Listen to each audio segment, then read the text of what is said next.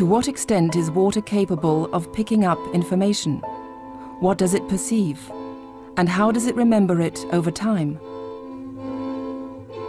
The Aerospace Institute in Stuttgart has discovered a relatively simple way of making the structure of a drop of water visible. The researchers have had their efforts rewarded by insights into a very beautiful world. Each drop has a face of its own, unmistakable and unique. Why are the individual drops so different from one another?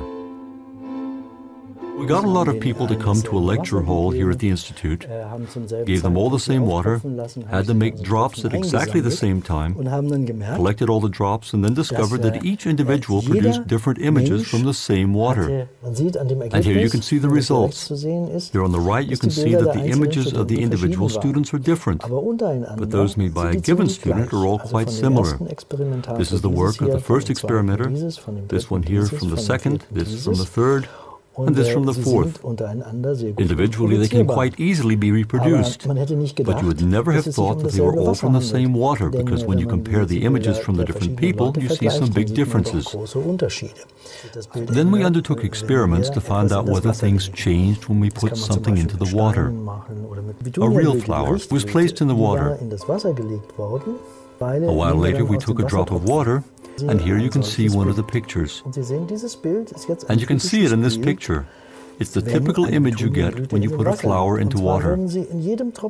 You could recognize the flower in every single drop in this glass, of course. That can be reproduced and has significance. And if you were to put a different flower in here, for example, a Sweet William flower, then all the drops of this water would look like Sweet William.